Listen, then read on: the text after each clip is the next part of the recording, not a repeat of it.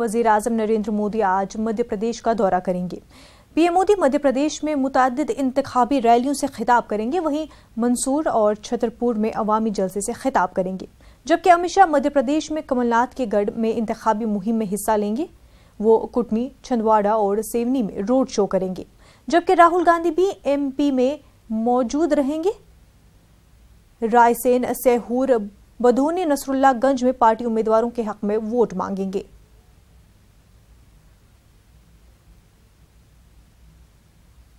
राम मंदिर की तामीर के सिलसिले में मुल्क की सियासत हर गुजरते दिन के साथ गरमाती जा रही है।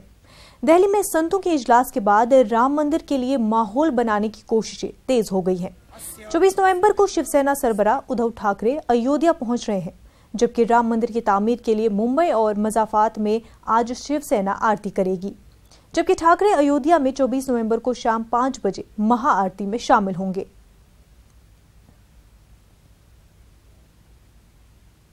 उड़ीसा, बंगाल और उत्तर प्रदेश की तर्ज पर अब जल्द ही महाराष्ट्र में भी मिलावट करने वालों के खिलाफ सख्त कानून अमल में लाया जाएगा।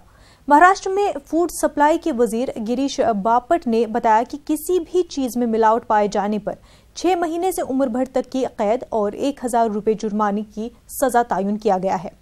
महाराष्ट्र में 1000 रुपये जुर्माने के बजाय 5 से 15 लाख तक का जुर्माना आयद करने के लिए गाइडलाइंस तैयार की गई है। इन गाइडलाइंस को असेंबली और काबीना की मंजूरी मिल चुकी है। इस फैसले को हतमी शक्ल देकर सदर जमहूरिया को रवाना किया जाएगा। विधानसभा में और कैबिनेट में ये एडल्ट्रेशन के लिए एक कानून बनाया गया है, जिसमें शिक्षा का प्रावधान 6 महीने से लेकर आजीवन कारावास तक किया है और 1000 जो मुर्जामा था, दंड था, वो 5 लाख, 10 लाख, 15 लाख इतना किया है। ये एक अच्छी बात है। अगले कुछ दिन में विधान परिषद में ये कानून पारित हो जाएगा। बिहार के मुजफ्फरपुर और दरभंगा में करोड़ों के घोटाले का मामला सामने आया है। ट्रेजरी दफ्तर में 2 अरब 33 करोड़ 23 लाख की बदनवानी हुई है। सीएजी रिपोर्ट के मुताबिक साल 2009 से 2017 तक ये बदनवानी हुई है। आरटीआई कारकुन अमित कुमार मंडल ने ये जानकारी हासिल की है, जिसके बाद अमित कुमार ने इस मामले में सूबे के चीफ सेक्रेटरी से सितंबर 2018 में शिकायत की थी। लेकिन इस मामले पर जांच के बजाय महकमे खजाना और जनरल एडमिनिस्ट्रेशन के बीच ये दरख्वास्त चक्कर लगाती रही। मुतल्लिका हुकाम बदनवानी पर कार्रवाई करने के बजाय जिम्मेदारी से बचते नजर आ रहे हैं। हुकूमत और सरकारी अमले से नाराज आरटीआई कारकुन इस मसले को पटना हाईकोर्ट में ले जाने की कोशिश कर रहे हैं। अनियमितता इसमें पिछले साल बाढ़ आया हुआ था, उसके पैकेट बनाने में जो काफ़ी भारी मात्रा में अनियमितता किया गया।